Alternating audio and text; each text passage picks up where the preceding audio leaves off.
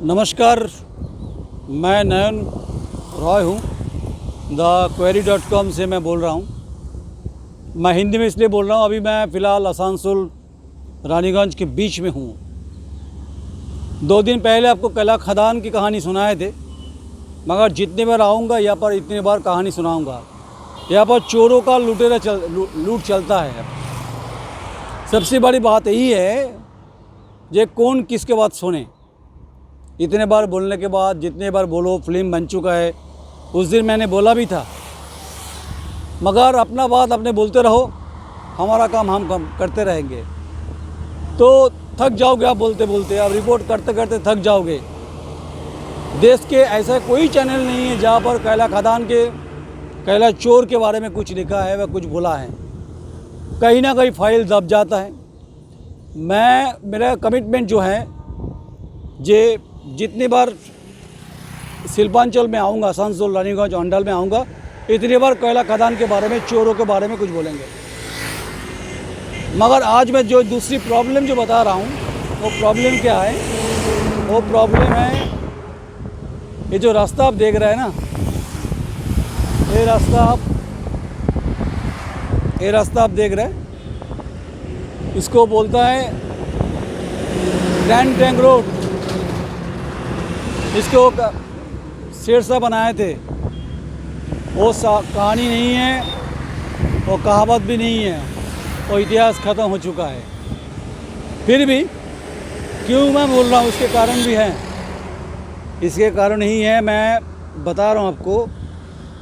जितने बार आप बोलोगे, चाहे कहीं ना कहीं एक दिन आपको फल मिल सकता है। मगर कैला खदान इतने गहरा तक है, इसको खोदने के बाद जो फिलिंग की, जहाँ पर रिफिलिंग की बात होता है, ईसीएल करता नहीं है। कई ज़माने के पहले, कई वर्षों के पहले मेंबर ऑफ पार्लियामेंट थे हरदन राय। उनका सुप्रीम कोर्ट में उन्होंने मामला किया था, वर्डिक्ट किया था जी ईसीएल में कुछ काम करते जो दब जाते इसको रिफिलिंग करने के लिए। आइए मैं बांग्ला में बोलता हूँ। শিল্পাঞ্চল এই মুহূর্তে যে কাঁপছে কার্যত, ঝুলছে শূন্যে। এর কারণ ইসিএলের কয়লা খনি যেভাবে খনন চলছে, লিগ্যাল ইললিগ্যাল মাইন্স, তাতে যে পরিমাণ ইসিএলের কথা ছিল যে রিফিলিং করতে হবে, না হলে কিন্তু যে কোনো সময় শিল্পাঞ্চল ধসে যেতে পারে। এটা দেখার পরে হয়তো অনেকে বলছেন, কিন্তু আমি বলছি যে যারা এটা নিয়ে আলোচনা করেছেন, গবেষণা করেছেন, তারা বহুবার কেন্দ্রকে রিপোর্ট দিয়েছেন যে এই মুহূর্তে শিল্পাঞ্চলের পরিস্থিতি ভালো না। একদিকে বরাকর নদী, একদিকে অজয় নদী, তার মাঝখানে শিল্পাঞ্চল, একদিকে রেল লাইন, যে লাইন শতাব্দী রাজধানী যখন যায়, এই শহরটা কার্যত কেঁপে ওঠে। যখন কোনো ভারী ট্রাক যায় তখন কেঁপে ওঠে। এ ব্যাপারে কারো কোনো উদ্যোগ নেই, না তৃণমূল কংগ্রেস, না লেফটিস্ট, না বিজেপির এখানকার সাংসদ বাবুল সুপ্রিয়, এখানকার বিধায়ক হয়েছেন আসানসোল দক্ষিণের অগ্নিমিত্রা পল, মলয় ঘটক আছেন, শাসক দল আছেন। কথা হচ্ছে যে এটা তো মেজর প্রবলেম, ম্যাসিভ প্রবলেম। তাহলে শিল্পাঞ্চল যদি কোনো কারণে ধসের শিকার হয়, তাতে বহু মানুষের মৃত্যু হতে পারে। আর তো আপনারা যারা দর্শক আছেন, বা হয়তো অনেক পলিটিক্যাল পার্টির লোকজনরা ভাবছেন যে আমরা বোধহয় ইদানিং খুব তৃণমূল কংগ্রেসের বিরুদ্ধে বলছি। আরে মশাই, তৃণমূল কংগ্রেসের হয়ে বলছি না তো। এটা হচ্ছে প্রবলেম, যে এটা ডিজাস্টার হয়ে যেতে পারে যে কোনো মুহূর্তে। যদি কোনো কারণে বড় কিছু ভূমিকম্প হয়, তাহলে তো খারাপ, অবস্থা তো খারাপ। কিন্তু কয়লা যেভাবে তোলা হচ্ছে, শূন্যে ঝুলছে কয়লা। তাহলে এর রেমেডি কি? রেমেডির জন্য বহুবার বৈঠক হয়েছে দিল্লিতে কয়লা ভবনে, বহুবার প্রাইম মিনিস্টার অফিসে ফাইল গেছে, সুপ্রিম কোর্ট পর্যন্ত গেছে, হারাধন রায় নিয়ে গেছেন, প্রয়াত হারাধন রায় গেছেন। আলটিমেট কি সলিউশন? বালির জায়গায় এখানে মাটি দিয়ে রিফিলিংয়ের অভিযোগ উঠছে ইসিএলের বিরুদ্ধে। तो जहाँ पर इस खदान की आपको कुछ बोलना है, जहाँ पर कुछ खदान की बात है, वो यहाँ पर चोरी दिन दहर में होता है। मगर प्रॉब्लम जहाँ पर जीटी रोड का हो, तो प्रॉब्लम हम ज़रूर बोलेंगे, दिखाएंगे, जितने बार हो सकते हैं हम दिखाएंगे। पॉलिटिकल पार्टी का कोई जब क्लैश होते हैं, तो हम जब किसी में पक्ष में नहीं लेते, तो ये हमारा हक बनता है, ये हमारा देश का प्रॉपर्टी है। इस काफ़ी ख़तरनाक सिचुएशन में जा रहा है। इसको शिल्पांचल से लेकर आसनसोल, बोराकोर, उधर से कुमारडुबी से लेकर धनबाद तक, धनबाद से लेकर कुमारडुबी, बोराकोर, कुल्टी, नियामतपुर, आसनसोल, कालीपहाड़ी, इधर रानीगंज, ओंडाल, जामुरिया, दुर्गापुर तक, कितने उखड़ा, कितना नाम बताऊँ, इधर पुरुलिया तक चला जाइए, नीचे पूरा खाली है। इसका रिस्पॉन्सिबिलिटी लेना पड़ेगा, कैला मंत्र को लेना पड़ेगा। भगवान ना करे कुछ ना हो। हर समय कोई भगवान का दुआ मांगने से दुआ मिलता नहीं है। दुआ मिल जाते तो जस नहीं मिलता हम लोगों को। जस में हम लोगों को काफ़ी प्रॉब्लम हुआ, अम्फन हमने देखा है, पता नहीं फिर भी नहीं सुन रहा है। देश को आगे बढ़ाना है ना, प्राइम मिनिस्टर को आगे जाना है, यही तो सवाल 24 में चल रहा है ना। प्रशांत किशोर मीटिंग कर रहा है सोनिया गांधी जी से, राहुल गांधी जी से, प्रियंका जी से, ममता बनर्जी बोल रहा है जे चीफ मिनिस्टर कि मोदी जी कुछ वैक्सीन देते नहीं हैं। मोदी जी उधर बोल रहे हम कर रहे, बात यही नहीं है। बात आसनसोल शिल्पांचल की जहाँ पर बात है, दिन दहाड़े लूट, इस लूट में कुछ पुलिस का इन्वॉल्वमेंट है, इसको पता है, गवर्नमेंट, स्टेट गवर्नमेंट को पता है। असली बात क्या है पता है, ये पैसा सबको जाता है। पता नहीं आज के मीडिया में दिन में इतने कड़क बोलने से आपको पता नहीं क्या होगा। अरे मैं उसी दिन बोला था जब जबा कोलियारी में गया था कि जीवन है तो जीवन ज़िंदगी रहेंगे, तो कुछ हक बोलने के लिए कुछ हो जाए तो हम मंजूर है। खुदा से आप कोई बड़ा नहीं है, भगवान से आप बड़ा नहीं है। मगर मैं कोई कहानी नहीं सुना रहा हूँ, ना कोई काला पत्थर की कहानी नहीं सुना रहा हूँ आपको। प्रॉब्लेम হচ্ছে এই শিল্পাঞ্চলের এই পরিস্থিতি মোকাবিলা করার জন্য ডিজাস্টার ম্যানেজমেন্টের টিম কোথায়, সেফটি ম্যানেজমেন্ট কি, তারা রিপোর্ট দিয়েছেন বারবার। বিগত কয়েক দশকের প্রবলেম, একদিকে বরাকর, একদিকে অজয়, যেটা বলছিলাম অন্ডাল এয়ারপোর্ট হয়েছে, দিনে বোধহয় একটা দুটো প্লেন চলছে। এত বড় বিমানবন্দর তৈরি করেছেন, উদ্বোধন করেছিলেন নরেন্দ্র মোদী, এবং সেই বানপুর স্কোর যখন উদ্বোধন করতে এসেছিলেন মমতা বন্দ্যোপাধ্যায় ছিলেন।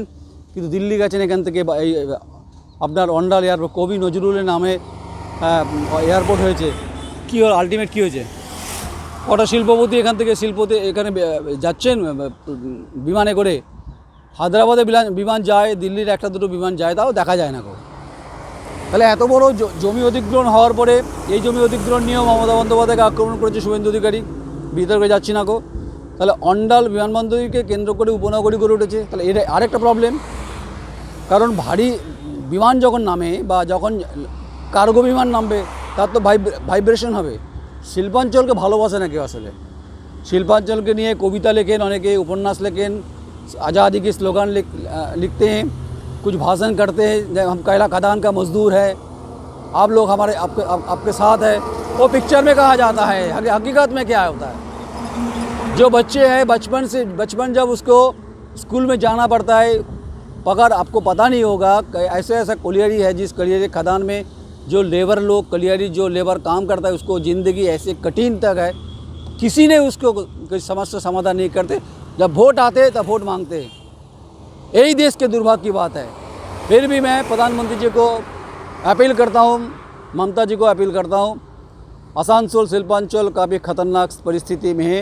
मैं नहीं बोल रहा हूँ, एक्सपर्ट टीम बोल रहे हैं। किसी भी समय किसी भी वक्त में कुछ हो सकता है, पानी के अंदर चला जाएगा, जैसे सीता ने चला गया था।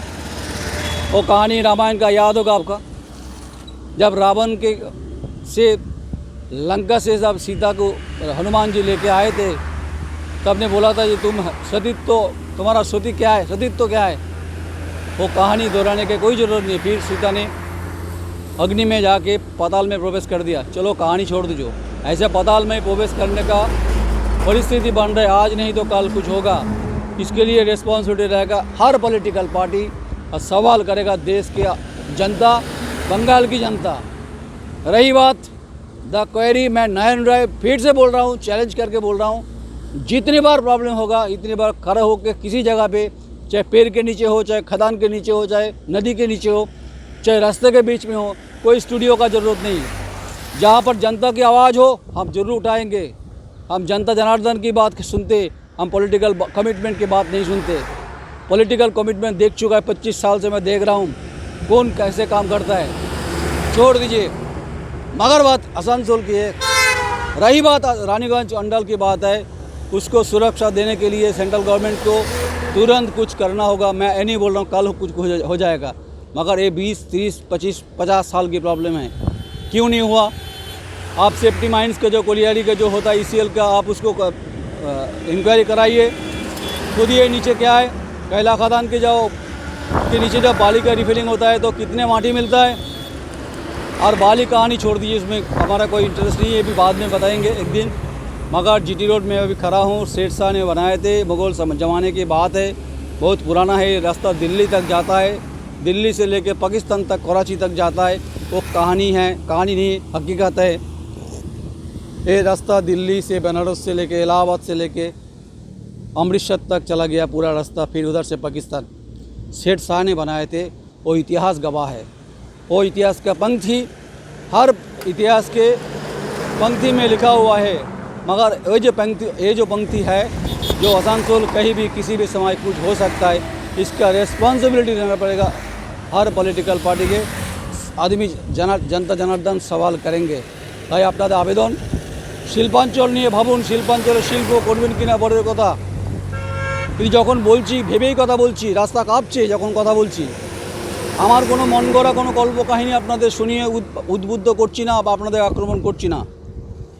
তাই আপনাদেরকে অ্যাপিল করছি, শিল্পাঞ্চলের পরিস্থিতি, কয়লা খাদান যেভাবে কয়লা তোলা হচ্ছে, মাটি তলা যেভাবে ঝুলছে, শূন্যে ঝুলছে, যে কোনো মুহূর্তে যে কোনো সময় ঘটে যেতে পারে বড় ঘটনা। ইমিডিয়েট সরকার, এখানকার মন্ত্রী আছেন, মুখ্যমন্ত্রী আছেন, প্রধানমন্ত্রী আছেন, বাবুল সুপ্রিয় আছেন, सबाई मिले पॉलिटिक्स पड़े करूँ, बाद में पॉलिटिक्स होगा। पहले इस संकट से, इस प्रॉब्लम को आप ज़रूर कीजिए। जाते जाते आप लोगों को सब नमस्ते, प्रणाम। आप ज़रूर इसी को आप कमेंट्स कीजिए मेरा यूट्यूब चैनल द क्वेरी। नमस्कार, मैं नयन राय, आसनसोल।